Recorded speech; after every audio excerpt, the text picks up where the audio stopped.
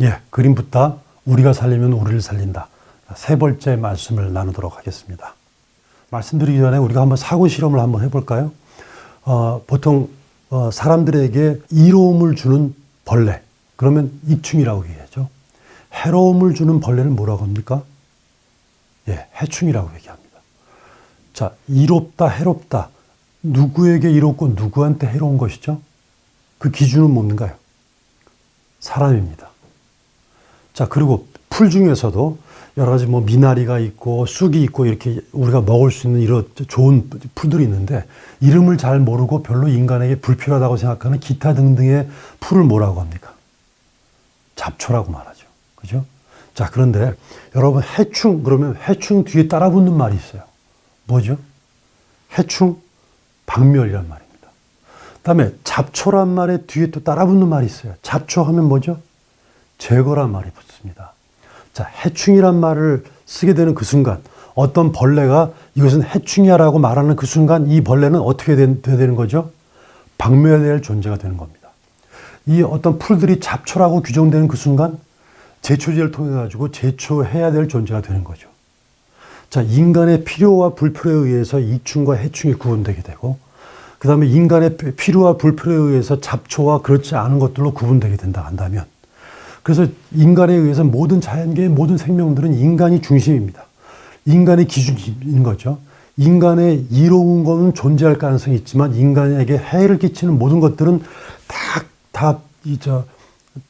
완전히 박멸시켜서 뿌리채 뽑아 죽이겠다는 생각하는 게 바로 박멸이라는 사고지 않습니까? 자연계에서 인간을 중심으로 자연을 바라보고 인간을 중심으로 자연계의 모든 것들을 이용하거나 자연계를 그런 관점으로 모든 생명들을 바라보겠다는 겁니다.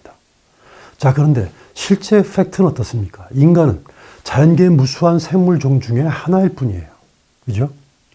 무수한 많은 동물과 식물과 그 다음에 벌레라든가 이런 물고기라든가 이런 무수한 많은 이 자연의 생태계는 모두가 다 있을 곳이 다 필요한 만큼 존재하고 있는 것입니다.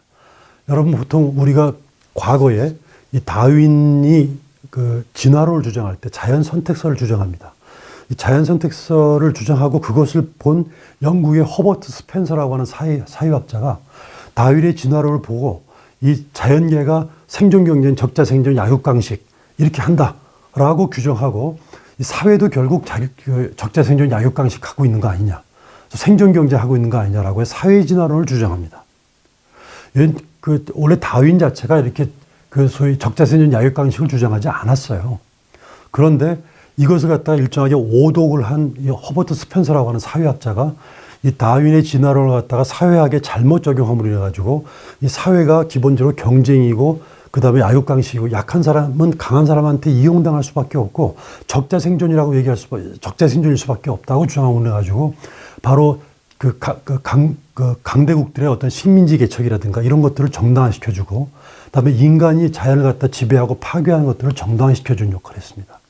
이 사회진화론이 바로 산업화를 갖게 만드는 굉장히 중요한 이념적 어떤 근거를 제공해 준 역할을 했던 거죠. 그런데 실제로 지금의 생태학자들은 바로 이렇게 사회진화론을 주장했던 허버트 스펜서의 그런 다윈의 진화론의 해석이 잘못됐다고 말하고 있습니다. 그래서 오히려 자연계에는 서로 상호 보완하고 상호 의존하고 어떤 생명이든 간에 다 있어야 될 필요가 있는 것이고 하기 때문에 좋고 나쁜 동물이라는 게 있을 수 없다. 작든 크든 간에 그것이 존재함을 해가지고 이것이 존재한다고 말하고 있습니다. 여러분 많이 들어본 얘기죠? 이미 부처님 가르침 속에서 이것이 존재함으로 인해서 저것이 존재한다. 이것이 존재하지 않음으로 인해 가지고 저것이 존재하지 않는다. 이렇게 연기법을 말씀했던 게 부처님의 가르침이었습니다. 이렇게 지구에 있는 모든 생명들은 서로가 서로 상의상존하고 서로가 존재하게 만드는 그런 존재인 거죠. 여러분 사람들도 당신이 존재함으로 인해 가지고 당신 덕분에 내가 살고 있는 겁니다. 무수한 많은 생명들 덕분에 인간이 살고 있는 거죠. 저 구름 덕분에 내가 살고 있는 거고요. 어쩌면 우리가 이렇게 살고 있는 것들은 엄청난 천지자연의 은혜를 입고 있다고 볼 수 있지 않습니까? 자, 그런데 지금 같은 이런 식의 근대 성장주의적인 사회는 끊임없이 개체와 개체 중심의 사고입니다. 인간 개인 중심적 사고를 하고 있는 거죠. 하지만 불교적 가르침은 모든 게 다 관계 중심적 사고를 하고 있는 겁니다. 모든 게 다 관계에서 발생된다는 거죠.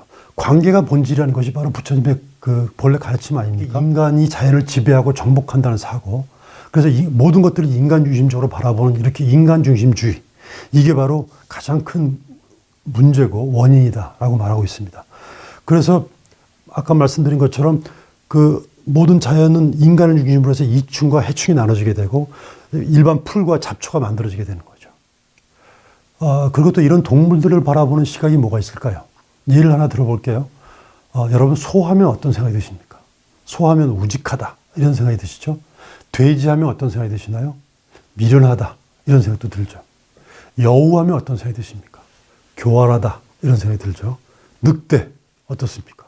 뭔가 좀 음흉하다 이런 생각이 들죠. 뱀하면 어떻습니까? 뭔가 사악하다, 징그럽다는 생각이 들잖아요. 누가 생각하는 겁니까? 사람이 생각하는 거죠. 인간이 생각하는 거죠. 돼지는 스스로가 정말로 나는 정말 미련하다고 생각할까요? 소 눈망울 보면 껌뻑껌뻑 순진한 것처럼 보이지만 소 스스로가 나는 순진해라고 생각할까요? 여우는 교활하다고 여우가 생각합니까? 사람이 생각하는 겁니까? 여우가 교활하다라고 사람이 생각하는 거죠. 뱀이 사악하다라고 사람이 생각하는 겁니다. 사람이 생각한 것은 옳은 건가요? 사람은 뱀이 사악하다라고 하는 집단적 편견을 갖고 있는 겁니다. 보통 사람이 싫어하는 동물들은 다리가 많거나 다리가 없는 동물들을 싫어합니다. 그래서 지네라든가 일반 곤충들, 6개, 8개 있는 곤충들을 보면 막 기겁을 하고 즐겁을 하죠. 또 다리가 없는 뱀을 보고 지렁이를 보거나 도마뱀 같은 걸 보면 또 기겁을 하고 또 무서워합니다. 자, 여러분 뱀은 사람들한테 공포감을 주기 위해서 일부러 다리를 없앤 겁니까? 뱀이 다리가 없는 것, 지네가 다리가 많은 것, 곤충이 다리가 많은 것은 거기에 그렇게 그럴 필요가 있어서 그렇게 진화가 된 겁니다. 자, 그걸 보고 징그럽다, 좋다, 아니다 라고 누가 생각하는 거죠? 하얀 강아지를 보고 까만 강아지가 있습니다. 보통 일반적으로 사람들은 어떤 강아지를 좋아할까요? 하얀 강아지를 좋아합니다.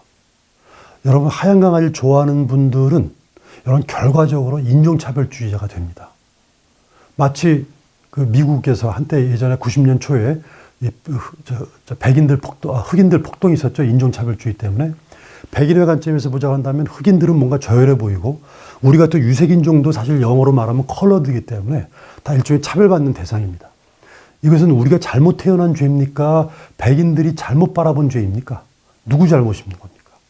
우리가 황인종으로 태어난 게 잘못인 건가요? 아니면 백인들의 잘못된 시각이 문제인 겁니까? 백인들의 시각이 문제인 것이죠. 우리가 흑인으로 태어난 것, 황인종으로 태어난 게 잘못이 아닌 것처럼 검은 강아지로 태어나고 흰 강아지로 태어난 데 있어서 검은 강아지로 태어났다고 해서 차별받아야 할 이유가 없는 거죠. 동물들은 다 그렇게 존재할 만한 어떤 그 자연계 내의 진화 과정을 통해서 저렇게 만들어진 겁니다. 이렇게 자연을 바라보는 인간 중심적 관점. 그래서 동물을 바라볼 때 좋은 동물이다, 나쁜 동물이다, 징그럽다, 더럽다라고 생각하는 것. 본래 불교의 가르침에서는 좋고 나쁜 게 없죠. 더럽고 깨끗한 게 없죠. 그죠? 그 다음에 많다, 적다라는 관념도 없는 겁니다. 징그럽다, 예쁘다라는 관념도 인간이 만들어낸 관념입니다. 집단적 관념입니다. 이렇게 인간 중심주의가 바로 또 하나의 원인이 되기도 하고 있고요. 잘 사는 북반구의 나라들, 유럽이든가 미국이라는 나라가 어떻게 잘 살게 된 겁니까? 이들 나라들은 과거의 식민지 시절에 아프리카라든가 동남아시아 지역의 그 가난한 나라 사람들의 엄청나는 많은 자원을 채굴해서 수탈해 갔습니다. 그래가지고 거기서 많은 금이라든가 자원 채굴을 해가지고 유럽이라든가 미국에 엄청난 많은 풍요를 누리는데 이용해서 자원으로 사용한 거죠. 이것뿐만 아니라 아프리카라든가 이런 나라들에 있는 사람들을 노예로 부려가지고 값싼 인력으로 지금 미국이라든가 유럽이라는 나라의 풍요를 추구하게 만드는 데 있어서 그들의 노동력으로 발전을 이룬 것입니다. 그 다음에 지금 현재 우리 한국 같은 이런 식의 풍요를 추구하고 이렇게 청결을 추구하게 된 이유가 뭔가요? 지금 우리가 좀 그 물건을 갖다 소비해서 사용하고 있지만 우리가 버리고 있는 쓰레기들은 다 어디로 가나요? 결국 한국에 있는 저기 그 농촌 지역에 사람이 없거나 노인들만 살고 있는 농촌 지역에 불법으로 매립되거나 아니면 김포라든가 이렇게 일정하게 사람이 없는 지역에 쓰레기장을 만들어서 버리거나 아니면 필리핀이라든가 가난한 나라에 수출합니다. 아니면 그 음식물 쓰레기만 하더라도 몇 년 전엔 군산 앞바다, 다음에 목포 앞바다, 부산 앞바다, 바다에 버렸거든요. 이건 뭡니까? 결국 바다에 있는 그 말 못하는 약한 물고기라든가 바다 생명들한테 이렇게 더러운 쓰레기들을 처리를 갖다가 다 떠넘긴 겁니다.